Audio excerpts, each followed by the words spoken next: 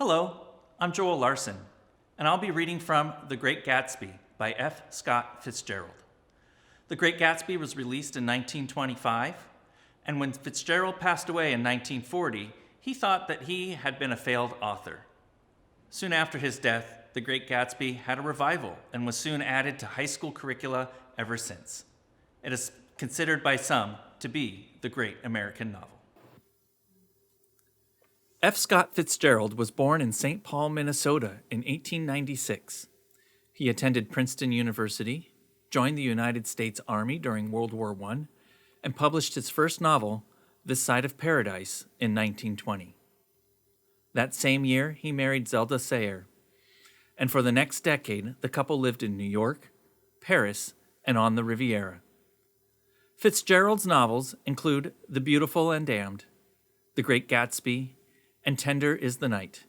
He died at the age of 44 while working on The Last Tycoon. Fitzgerald's fiction has secured his reputation as one of the most important American writers of the 20th century. A reading from The Great Gatsby, pages 89 through 96. "Oh, hello, old sport," he said, as if he hadn't seen me for years. I thought for a moment he was going to shake hands. "It stopped raining." "Has it?" When he realized that what I was talking about, that there were twinkle bells of sunshine in the room, he smiled like a weatherman, like an ecstatic patron of recurrent light, and repeated the news to Daisy. "What do you think of that? It stopped raining." "I'm glad, Jay." Her throat, full of aching, grieving beauty, told only of her unexpected joy. "I want you and Daisy to come over to my house," he said. "I'd like to show her around." "You're sure you want me to come?" "Absolutely, old sport." Daisy went upstairs to wash her face. Too late, I thought, with the humiliation of my towels. While Gatsby and I waited on the lawn. "My house looks well, doesn't it?" he demanded. "See how the whole front of it catches the light?"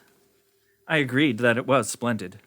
"Yes," his eyes went over it, every arched door and square tower. "It took me just 3 years to earn the money that bought it."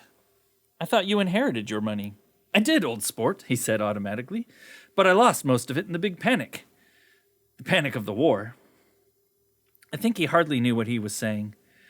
For when I asked him what business he was in, he answered, "That's my affair," before he realized that it wasn't an appropriate reply. "Oh, I've been in several things," he corrected himself. "I was in the drug business, and then I was in the oil business, but I'm not in either one now." He looked at me with more attention. "Do you mean you've been thinking over what I proposed the other night?"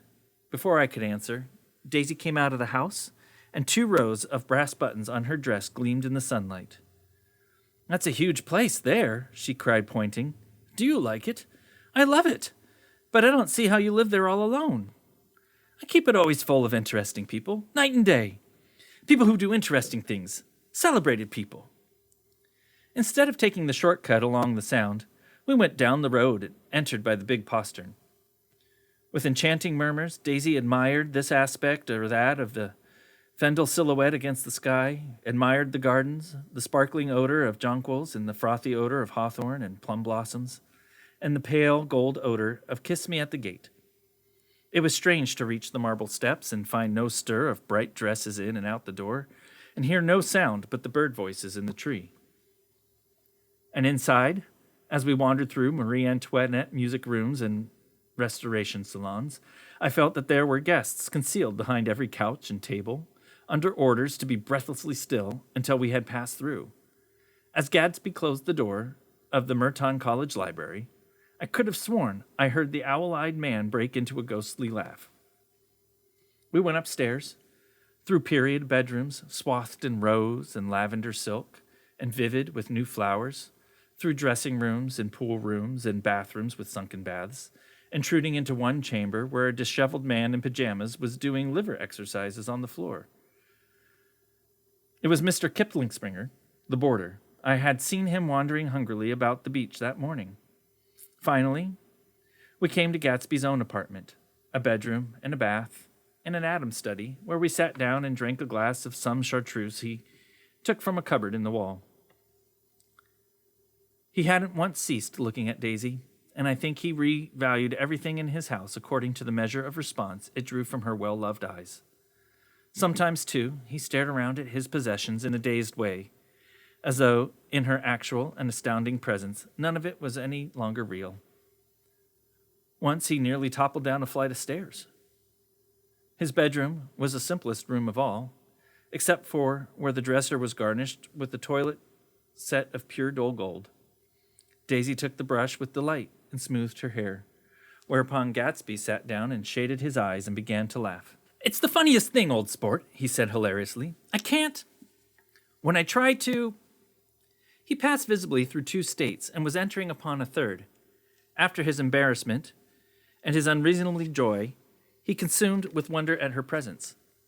He had been full of the idea so long, dreamed it right through to the end, waited with his teeth set, so to speak, at an inconceivable pitch of intensity.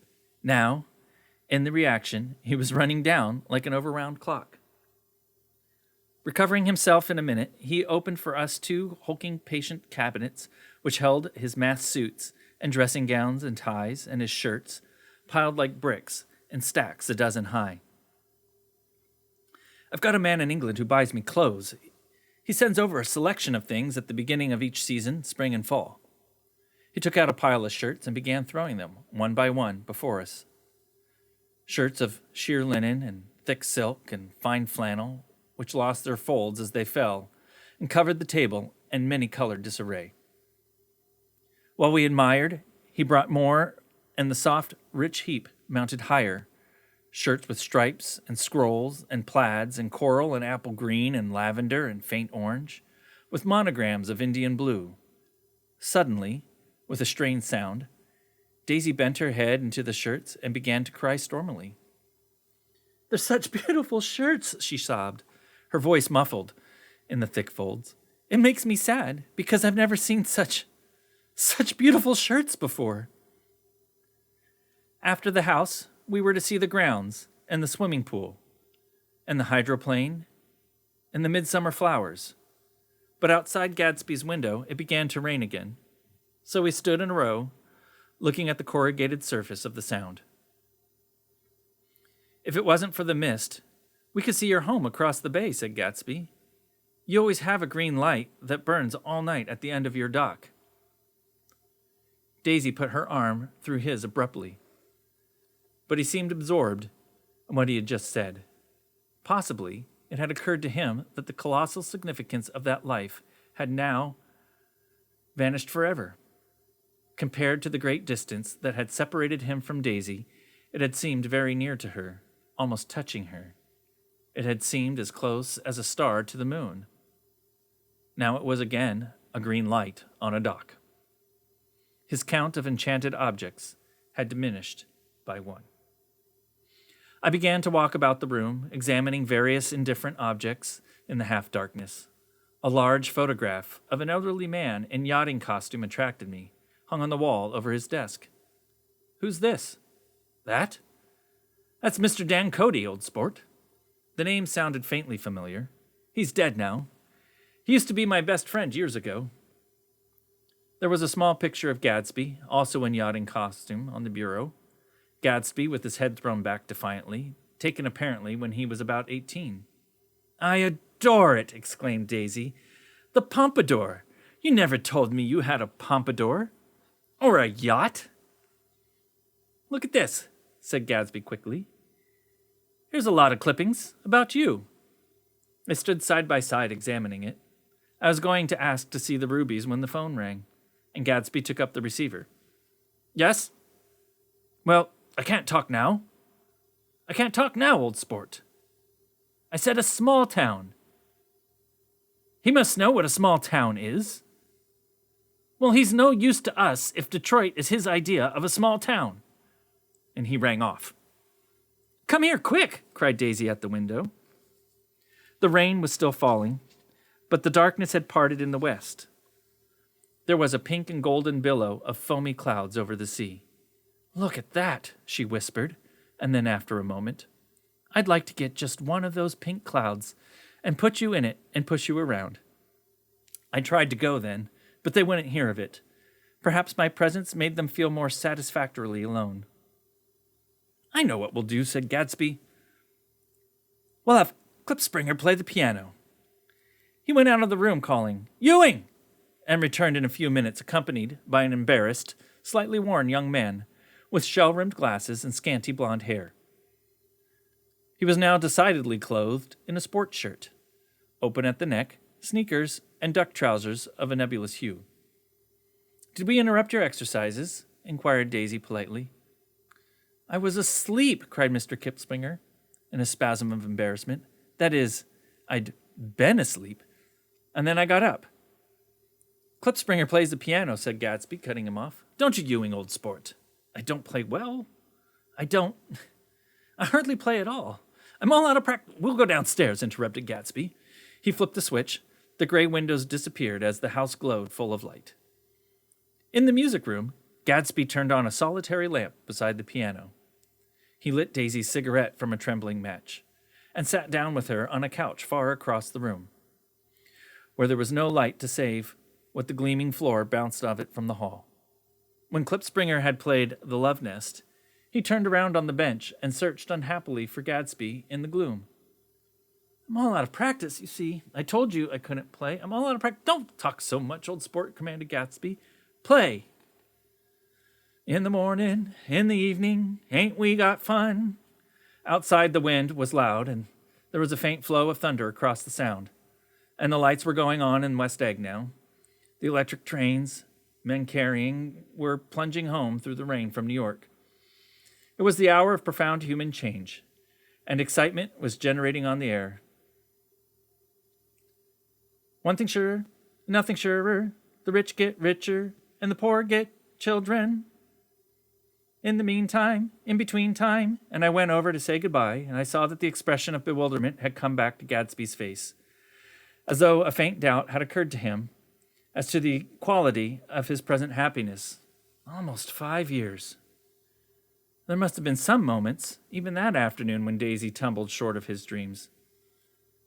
Not through her own fault, but because of the colossal vitality of his illusion. It had gone beyond her, beyond everything. He had thrown himself into it with a creative passion, adding to it all the time, decking it out with every bright feather that drifted his way. No amount of fire or freshness can challenge what a man will store up in his ghostly heart. As I watched him, he adjusted himself a little, visibly. His hand took hold of hers, and as she said something low in his ear, he turned toward her with a rush of emotion. I think that voice held him most, with its fluctuating, feverish warmth, because it couldn't be overdreamed. That voice was a deathless song. They had forgotten me, but Daisy glanced up and held out her hand. Gatsby didn't know me now at all. I looked once more at them, and they looked back at me, remotely, possessed by intense life. Then I went out of the room and down the marble steps into the rain, leaving them there together. Thank you for enjoying.